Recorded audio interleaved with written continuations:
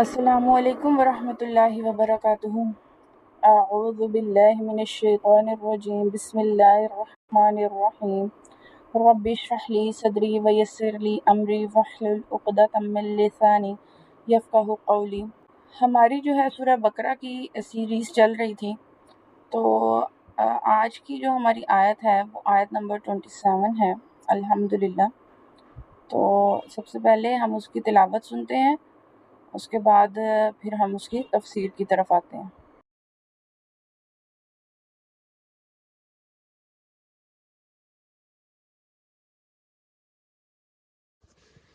أعوذ بالله من الشيطان الرجيم. بسم الله الرحمن الرحيم. الذين ينقضون عهد الله من بعد ميثاقه ويقطعون ما أمر الله به أن يوصل ويفسدون في الأرض أولئك هم الخاسرون. كيف تكفرون بالله وكنتم أمواتا فأحياكم ثم يميتكم ثم يحييكم ثم إليه ترجعون. هو الذي خلق لكم ما في الأرض جميعا ثم استوى إلى السماء فسوهن 7 سماوات وهو بكل شيء عليم. وإذ قال ربك للملائكة إني جاعل في الأرض خليفة قالوا أتجعل فيها من يفسد فيها ويسفك الدماء ونحن نسبح بحمدك ونقدس لك قال إني أعلم ما لا تعلمون. وعلم آدم الأسماء كلها ثم عرضهم على الملائكة فقالوا أنبئوني بأسماء هؤلاء إن كنتم صادقين. وہ جو توڑتے ہیں عہد اللہ کا بعد اس کے مضبوط کرنے کے، اور وہ کاٹتے ہیں جو حکم دیا اللہ نے اس کا کہ وہ جوڑا جائے، اور وہ فساد کرتے ہیں زمین میں، یہی لوگ ہیں وہ جو خسارہ پانے والے ہیں۔ کس طرح تم انکار کرتے ہو اللہ کا، حالانکہ کا تم تھے مردے، پھر اس نے تمہیں زندہ کیا، پھر وہ تمہیں موت دے گا، پھر وہ تمہیں زندہ کرے گا، اور پھر تم اسی کی طرف لوٹائے جاؤ گے۔ وہی ہے جس نے پیدا کیا تمہارے لیے زمین میں سب کا سب، پھر متوجہ ہوا آسمان کی طرف، بس اس نے درست کر کے بنا دیا انہیں 7 آسمان، اور وہ ہر چیز کا خوب علم رکھنے والا ہے۔ اور جب فرمایا آپ کے رب نے فرشتوں سے، بے شک میں بنانے والا ہوں زمین میں ایک خلیفہ، انہوں نے کہا کیا تو بنائے گا اس میں اس کو جو فساد کرے گا اس میں اور بہائے گا خون، اور ہم تسبیح کرتے ہیں تیری تعریف کے، اور ہم پاکیزگی بیان کرتے ہیں تیری۔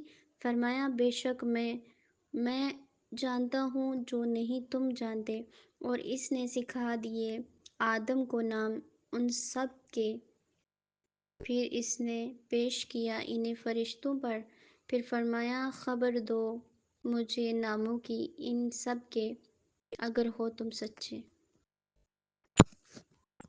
الحمدللہ، ابھی آپ نے سورہ بقرہ کی آیت نمبر 27 کی آیات جو ہیں ترجمے کے ساتھ سنی۔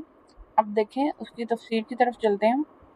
تو آیت تھی الذین ینقضون عہد اللہ من بعد میثاقہ، وہ لوگ جو اللہ کے وعدے کو پختہ ہونے کے بعد توڑ ڈالتے ہیں، وَيَقْطَعُونَ مَا أَمَرَ اللَّهُ بِهِ أَن يُوصَلَ وَيُفْسِدُونَ فِي الْأَرْضِ، اور اس چیز کو کاٹتے ہیں جس کے جوڑنے کا اللہ نے حکم دیا ہے، اور زمین میں فساد پھیلاتے ہیں، اولئک هم الخاسرون، تو یہی لوگ نقصان اٹھانے والے ہیں۔ اب جو ہے ہم پڑھ رہے تھے منافقوں کے بارے میں، تو اب یہاں پر اللہ تعالیٰ کے ساتھ کیے ہوئے عہد کا تعلق ہے، اس سے وہ عہد مراد ہے جو اللہ تعالیٰ نے گزشتہ آسمانی کتابوں میں حضور پاک صلی اللہ علیہ وسلم پر ایمان لانے کے متعلق فرمایا تھا۔ ٹھیک ہے، اب اس عہد سے مراد اللہ تعالیٰ اور بندے کے درمیان سب سے بڑا عہد عہد الست ہے، جس کا ذکر آگے سورہ اعراف میں ہے۔ یہ عہد جو ہے، یہ وعدہ جس کو آپ کہہ سکتے ہیں، یہ عہد عالم ارواح میں تمام ارواح انسانیہ نے کیا تھا، یعنی کہ تمام انسانوں کی روحوں نے کیا تھا۔ ان میں بھی تھی، آپ بھی تھے، ہم سب تھے۔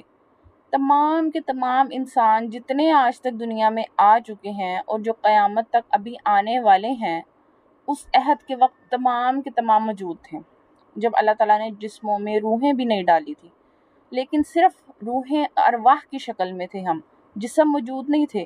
اور یہ بات یاد رکھیں کہ انسان کا روحانی وجود مکمل وجود ہے، اور سب سے پہلے جو تخلیق ہوئی تھی اسی کی ہوئی تھی۔ تو عہد الست میں تمام بنی آدم سے اللہ تعالیٰ نے دریافت کیا، پوچھا کہ الستُ بربکم، کیا میں تمہارا رب نہیں ہوں؟ سب نے ایک ہی جواب دیا، بلا، کیوں نہیں؟ تو یہ جو فاسق ہیں، نافرمان ہیں، سرکش ہیں، انہوں نے کیا کیا؟ اس عہد کو توڑا اور اللہ کو اپنا مالک، اپنا خالق اور اپنا حاکم ماننے کے بجائے خود ہی حاکم بن کر بیٹھ گئے، اور اس طرح دعوے کیے کہ الیس لی ملک مصر، کیا مصر کی بادشاہی میری نہیں ہے؟ غیر اللہ کی حاکمیت کو تسلیم کرنا سب سے بڑی بغاوت، سرکشی، نافرمانی ہے۔ تو اس عہد کے متعلق کہہ سکتے ہیں کہ 3 قول ہیں، ایک قول یہ ہے کہ عہد جو ہے 3 قسم کے ہیں۔ پہلا عہد وہ جو اللہ تعالیٰ نے تمام اولاد آدم سے لیا، کہ اس کی ربوبیت کا اقرار کریں، اس کے رب ہونے کا اقرار کریں، کہ ہم اس کے سوا کسی کی عبادت نہیں کریں گے۔ اس کا بیان جو ہے ڈیٹیل میں سورہ اعراف کی آیت نمبر 172 میں ہے۔ دوسرا عہد انبیاء کرام علیہ الصلوۃ والسلام کے ساتھ مخصوص ہے کہ رسالت کی تبلیغ فرمائیں گے اور دین قائم کریں گے۔ اس کا بیان ڈیٹیل میں سورہ احزاب کی آیت نمبر 7 میں ہے۔ تیسرا عہد علماء کے ساتھ خاص ہے کہ حق کو نہیں چھپائیں گے، جس طرح اللہ تعالیٰ نے حق نازل کیا ہے تو اسی کو ایز اٹ از بیان کریں گے، حق کو غلط ملت نہیں کریں گے، جھوٹ نہیں بولیں گے، جو حق بیان کر دیا کیا ایسے ہی لوگوں کو بیان کریں گے۔ اس کا بیان ڈیٹیل میں سورہ آل عمران کی آیت نمبر 187 میں ہے۔ تو عہد سے یہ سب چیزیں ہم مراد لے سکتے ہیں۔ اب اس کے بعد وَيَقْطَعُونَ مَا أَمَرَ اللَّهُ بِهِ أَن يُوصَلَ، کہ کاٹتے ہیں اس چیز کو جسے اللہ نے جوڑنے کا حکم دیا ہے۔ اللہ تعالیٰ نے کس کو جوڑنے کا حکم دیا؟ اللہ تعالیٰ نے صلہ رحمی کا حکم دیا ہے۔ یہ قطع رحمی کرتے ہیں، رشتہ داروں سے قطع تعلقی کرتے ہیں، مال کی طلب میں اس کے مال کو ہتھیانے کے لیے بھائی کو ختم کر دیتا ہے۔ انسان اپنی ذاتی اغراض کے لیے، اپنے ذاتی مفاد کے لیے، اپنے تکبر کی خاطر تمام جو اس کی مورالٹی ہے، اس کی لیمٹس کو کراس کر دیتا ہے، اس کو پیچھے چھوڑ دیتا ہے۔ ہماری شریعت کا فلسفہ یہ ہے کہ ہمیں 2 طرح کے تعلقات جوڑنے کا حکم دیا گیا ہے۔ ہمارے اسلام میں اس کا جو ایک فلسفی ہے، پوری شریعت نے جو ہمیں دیا ہے کہ 2 طرح کے تعلقات جوڑنے ہیں۔ ایک تعلق ہے بندے کا اللہ کے ساتھ، اس کا تعلق حقوق اللہ سے ہے، جبکہ ایک تعلق ہے بندوں کا بندوں کے ساتھ۔ اس کا تعلق یہ کون سے حقوق ہیں؟ یہ حقوق العباد سے متعلق ہے۔ اللہ کا حق یہ ہے کہ اسے حاکم اور مالک سمجھو اور خود اس کے بندے بنو، جبکہ انسانوں کا حق یہ ہے کہ سب آپس میں بھائی ہو کر اللہ کے بندے بن جاؤ۔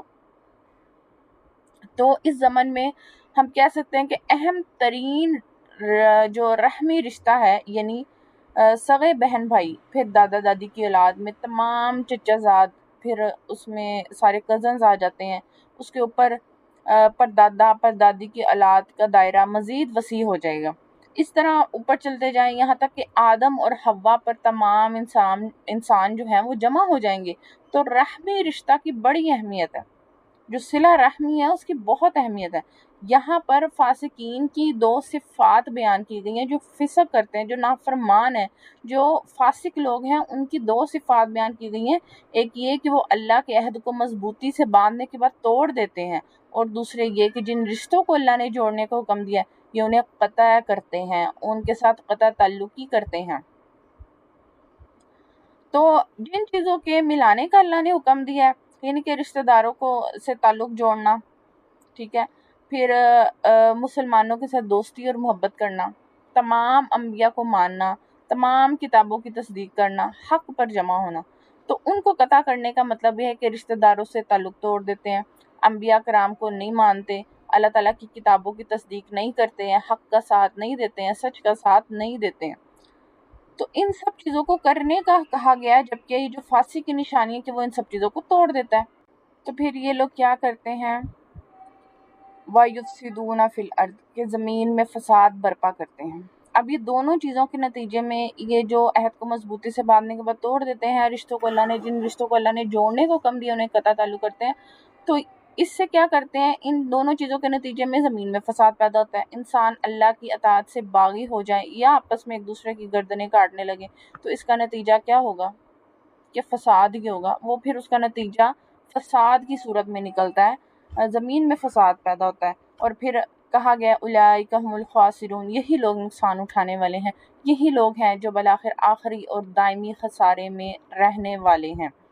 اسی طرح اگلی آیت میں کیف تکفرون باللہ وکنتم امواتا فاحیاکم، تم کیسے اللہ کے منکر ہو سکتے ہو حالانکہ تم مردہ تھے تو اس نے تمہیں پیدا کیا، ثم یمیتکم ثم یحییکم ثم الیہ ترجعون، پھر وہ تمہیں موت دے گا، پھر تمہیں زندہ کرے گا، پھر اسی کی طرف تم لوٹائے جاؤ گے۔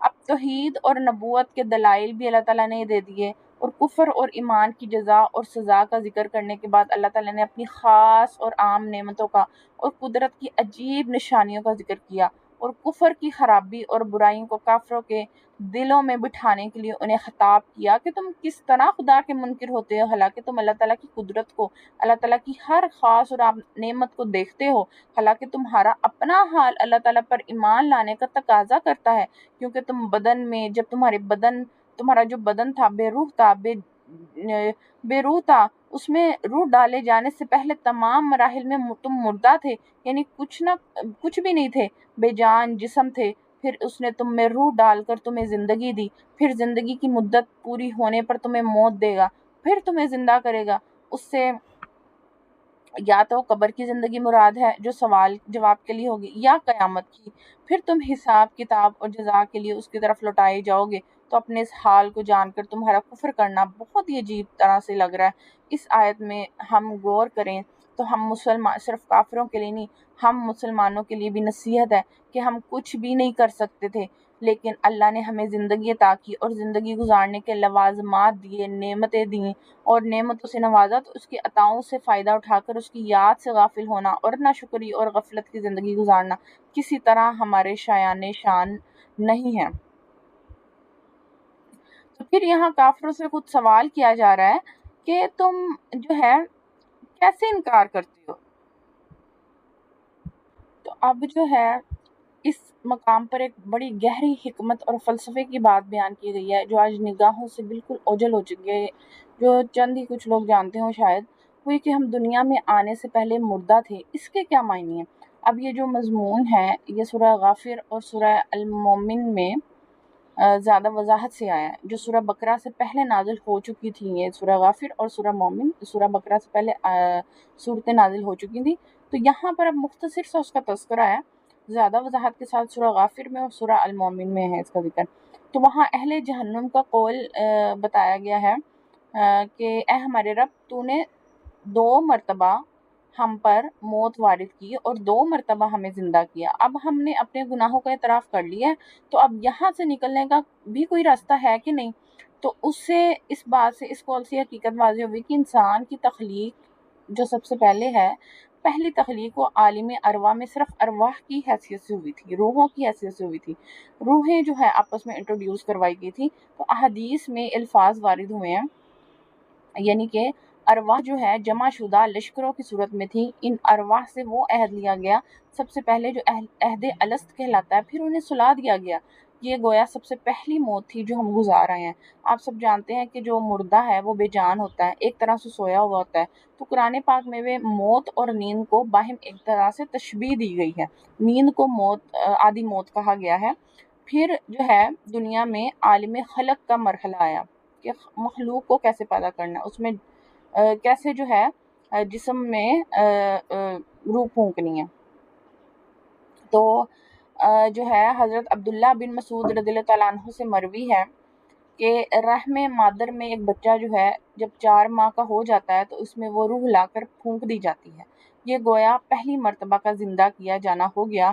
ہم اس دنیا میں اپنے جسد کے ساتھ زندہ ہو گئے، ہمیں پہلی موت کی نیند سے جگا دیا گیا۔ اب ہمیں جو موت آئے گی وہ ہماری دوسری موت ہوگی، اور اس کے نتیجے میں ہمارا جسم وہیں چلا جائے گا جہاں سے آیا تھا، یعنی مٹی میں، اور ہماری روح بھی جہاں سے آئی تھی وہیں واپس چلی جائے گی۔ یہ جو ہے فلسفہ، یہ حکمت قرآنی کا بہت گہرا نقطہ ہے۔ اسی طرح اب بتایا گیا ہے کہ اس آیت میں ہم انسانوں کے لیے، مسلمانوں کے لیے بھی بہت زیادہ ہمیں نصیحت کی ضرورت ہے کہ ہم نے کس طرح زندگی گزارنی ہے، کس طرح ہم نے فیس کرنا ہے، ہم نے کس طرح موت کا سامنا کرنا ہے، اور ہم نے کدھر جانا ہے اور کہاں سے ہم آئے ہیں۔ اسی طرح هو الذی خلق لکم ما فی الارض جمیعا، وہی ہے جس نے جو کچھ زمین میں ہے سب تمہارے لیے بنایا، پھر اس نے آسمان کے بنانے کا قصد فرمایا۔ ثم استوى الی السماء فسواہن سبع سماوات، کہ پھر اس نے آسمان کے بنانے کا قصد فرمایا تو ٹھیک 7 آسمان بنائے۔ وَهُوَ بِكُلِّ شَيْءٍ عَلِيمٌ، اور ہر شے کا خوب علم رکھنے والا وہ ہے، ان کے اللہ کی ذات۔ آسمان کے بنانے کا قصد فرمایا، اس کا مطلب ہے کہ آسمان کے بنانے کا اللہ تعالیٰ نے ارادہ کیا۔ تمام انسانوں کو فرمایا گیا کہ زمین میں جو کچھ دریا، پہاڑ، کانیں، کھیتی، سمندر وغیرہ ہیں، سب کچھ اللہ تعالیٰ نے تمہارے دینی اور دنیاوی فائدہ کے لیے بنائے ہیں۔ اب دینی فائدہ اس میں کیسے ہو سکتا ہے؟ دنیاوی فائدہ تو چلیں سمجھ میں آتا ہے، لیکن دینی فائدہ کیسے؟ دینی فائدہ تو یہ کہ زمین کی عجائبات دیکھ کر تمہیں اللہ تعالیٰ کی حکمت اور قدرت کی معرفت نصیب ہو، اللہ تعالیٰ کی پہچان نصیب ہو۔ اور دنیاوی فائدہ یہ ہے کہ دنیا کی چیزوں کو کھاؤ، پیو، اپنے کاموں میں لاؤ، جب تک اللہ تعالیٰ کی طرف سے کوئی ممانعت نہ ہو، کوئی اللہ تعالیٰ کی طرف سے کوئی چیز منع نہ ہو جائے، تو ان نعمتوں کے باوجود تم کس طرح اللہ تعالیٰ کا انکار کر سکتے ہو؟ تو اب اس آیت میں ہمیں پتہ چلتا ہے کہ خلافت کا مضمون ہے کہ حدیث میں آتا ہے یہ دنیا تمہارے لیے بنائی گئی ہے اور تم آخرت کے لیے بنائے گئے ہو۔ اگلی آیت میں حضرت آدم کی خلافت عرضی کا ذکر ہے، تو بتایا گیا کہ زمین میں جو کچھ بھی پیدا کیا گیا وہ انسان کی خلافت کے لیے پیدا کیا گیا ہے۔ تو اسی طرح اب اس آیت سے پتہ چلتا ہے کہ جس چیز سے اللہ تعالیٰ نے منع نہیں کیا وہ ہمارے لیے حلال ہے، مباح ہے، ہمارے لیے حلال ہے، ہم اس کو استعمال میں لا سکتے ہیں۔ اور وہ بِكُلِّ شَيْءٍ عَلِيمٌ، وہ ہر شے کا خوب علم رکھنے والا ہے۔ کائنات کی تخلیق اور اسے وجود میں لانا اللہ تعالیٰ کی کامل علم کی دلیل ہے کہ اللہ تعالیٰ کے پاس کتنا علم ہے۔ ہم جانتے ہیں، ہم مانتے ہیں کہ مکمل علم صرف اللہ تعالیٰ کے پاس ہے، اور اس کی اللہ تعالیٰ کے علم کی دلیلیں ہمیں قرآن پاک میں ملتی ہیں۔ ایسے حکمت سے بھری مخلوق کا پیدا کرنا ایک ایک شے کا علم رکھے بغیر ممکن نہیں ہے، اور کافر مرنے کے بعد زندہ ہونے کو ناممکن سمجھتے تھے۔ ان آیتوں میں کافروں کے اس عقیدے کے غلط اور باطل ہونے پر ایک عظیم دلیل قائم کی گئی ہے کہ جب اللہ تعالیٰ قدرت اور علم والا ہے، جسم حیات کی صلاحیت بھی رکھتا ہے، تو موت کے بعد دوبارہ زندہ کرنا کیسے ناممکن ہو سکتا ہے اس کے لیے؟ اس کے دستے قدرت میں تو ہر چیز ہے۔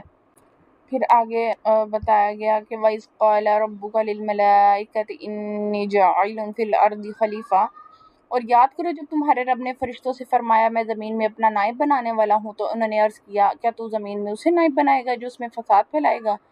قَالُوا أَتَجْعَلُ فِيهَا مَن يُفْسِدُ فِيهَا وَيَسْفِكُ الدِّمَاءَ وَنَحْنُ نُسَبِّحُ بِحَمْدِكَ وَنُقَدِّسُ لَكَ، اور خون بہائے گا حالانکہ ہم تیری حمد کرتے ہوئے تیری تسبیح کرتے ہیں اور تیری پاکی بیان کرتے ہیں۔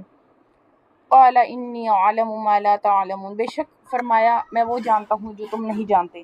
اب یہاں سے حضرت آدم علیہ السلام اور فرشتوں کے واقعات پر ایک تبصرے سے پہلے ایک مرتبہ آیت کی روشنی میں ہم ایک واقعہ دوبارہ ریمائنڈ کر لیتے ہیں کہ یہاں سے حضرت آدم علیہ السلام اور فرشتوں کا یہاں سے واقعہ شروع ہو رہا ہے۔ تو واقعے کا جو خلاصہ ہے وہ اس طرح کہ اللہ تعالیٰ نے حضرت آدم علیہ السلام کی تخلیق سے پہلے فرشتوں سے فرمایا کہ میں زمین میں خلیفہ بنانے والا ہوں، ایک نائب بنانے والا ہوں، جس پر فرشتوں نے عرض کی، پوچھا کہ اے اللہ، کیا تو زمین میں اس کو نائب بنائے گا جو اس میں فساد پھیلائے گا اور خون بہائے گا؟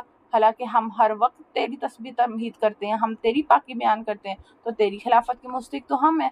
تو اللہ تعالیٰ نے فرمایا جو مجھے پتا ہے وہ تمہیں نہیں پتا۔ پھر اللہ تعالیٰ نے حضرت آدم علیہ السلام کی تخلیق کے بعد انہیں تمام چیزوں کے نام سکھا دیے اور پھر ان چیزوں کو فرشتوں کے سامنے پیش کر کے فرمایا کہ اگر تم اس بات میں سچے ہو کہ تم ہی خلافت کے مستحق ہو تو ان چیزوں کے نام تو بتاؤ۔ تو فرشتوں نے سن کر عرض کیا، اللہ ہمیں تو صرف اتنا علم ہے جتنا تو نے ہمیں سکھا دیا، ساری علم و حکمت تو تیرے پاس ہے۔ پھر اللہ تعالیٰ نے حضرت آدم سے فرمایا، اے آدم تم انہیں ان تمام اشیاء کے نام بتا دو۔ جب حضرت آدم علیہ السلام نے انہیں ان اشیاء کے نام بتا دیے تو اللہ تعالیٰ نے فرمایا، فرشتوں کیا میں تمہیں نہیں کہا کرتا تھا کہ میں آسمانوں اور زمین کی تمام چھپی چیزیں جانتا ہوں اور میں تمہاری ظاہر اور چھپی ہوئی باتوں کو جانتا ہوں۔ انی جاعل فی الارض خلیفہ، میں زمین میں اپنا نائب بنانے والا ہوں۔ خلیفہ کسے کہتے ہیں؟ نائب کسے کہتے ہیں؟ جو احکامات جاری کرنے اور دوسرے اختیارات میں نائب ہوتا ہے۔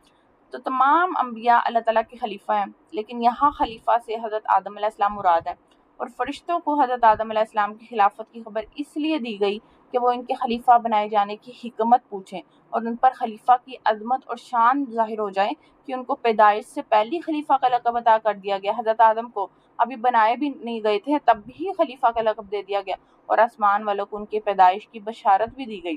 اب یہ ذہن میں رکھیں کہ اللہ تعالیٰ اس سے پاک ہے کہ اس کو کسی سے مشورے کی ضرورت ہو۔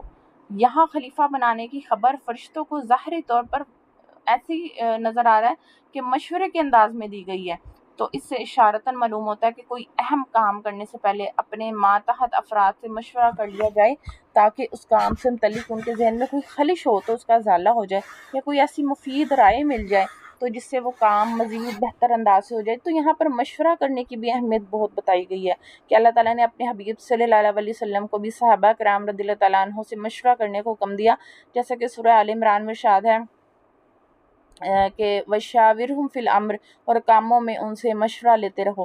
اور انصار جو تھے وہ صحابہ کرام کا وصف بیان کرتے ہوئے ارشاد فرمایا کہ اور ان کا کام ان کے باہمی مشورے سے ہوتا ہے۔ اب حضرت انس بن مالک سے روایت ہے، نبی پاک صلی اللہ علیہ وسلم نے ارشاد فرمایا، جس نے استخارہ کیا وہ نامراد نہیں ہوگا، اور جس نے مشورہ کیا وہ نادم نہیں ہوگا، شرمندہ نہیں ہوگا، اور جس نے میانہ روی کی وہ کنگال نہیں ہوگا۔ اور ہم سمجھتے ہیں کہ ہم مشورہ لیں گے تو پتہ نہیں ہماری شان میں کوئی کمی آ جائے گی، لیکن مشورے کی اہمیت قرآن پاک میں بھی واضح ہو گئی ہے۔ اَتَجْعَلُ فِيهَا مَن يُفْسِدُ فِيهَا، کیا تو زمین میں اسے نائب بنائے گا جو اس میں فساد پھیلائے گا؟ اب اس کلام سے فرشتوں کا مقصد کیا تھا؟ اعتراضاً نہیں تھا، فرشتوں کا مقصد اعتراض کرنا نہیں تھا، بلکہ اسے اپنے تعجب کا اظہار کرنا تھا، خلیفہ بنانے کی حکمت کو دریافت کرنا تھا، انسانوں کی طرف فساد پھیلانے کی جو انہوں نے نسبت کی کہ وہ زمین میں فساد پھیلائیں گے، تو اس فساد کا علم انہیں یا تو اللہ تعالیٰ کی طرف سے تھا، یہ علم دیا گیا تھا انہیں، یا انہوں نے لوح محفوظ سے پڑھا تھا، یا پھر انہوں نے جنات پر قیاس کیا تھا، کیونکہ وہ زمین پر اس وقت جنات آباد تھے اور وہاں پر فسادات کیا کرتے تھے۔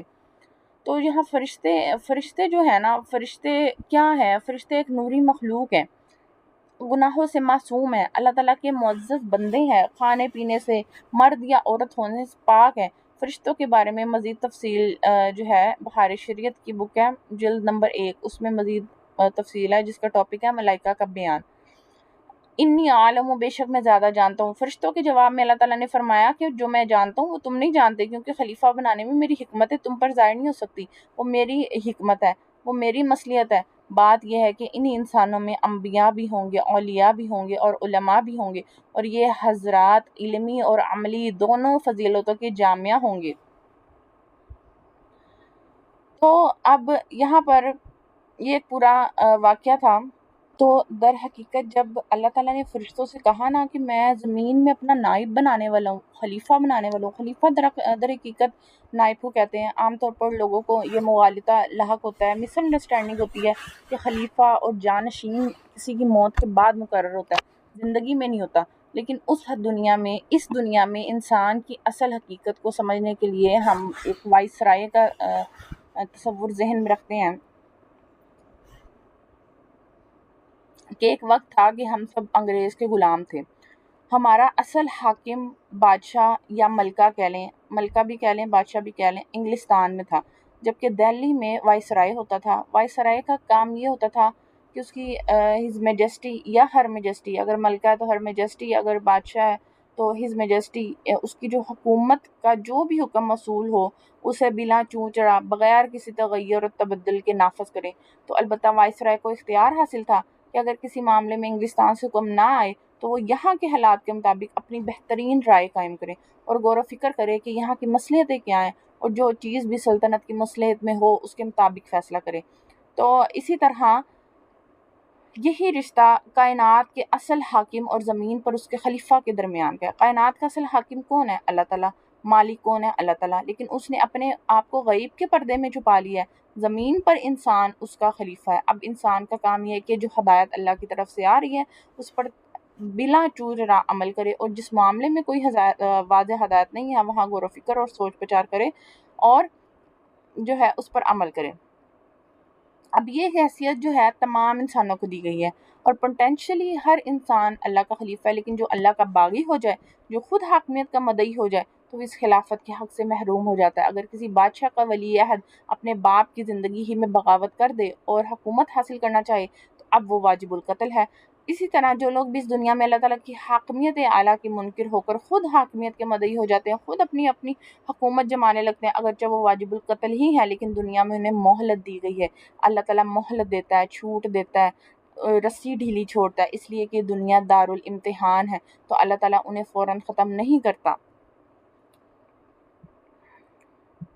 پھر اسی طرح اللہ تعالیٰ نے فرمایا وَعَلَّمَ آدَمَ الْأَسْمَاءَ كُلَّهَا ثُمَّ عَرَضَهُمْ عَلَى الْمَلَائِكَةِ، اور اللہ تعالیٰ نے آدم کو تمام اشیاء کے نام سکھا دیے.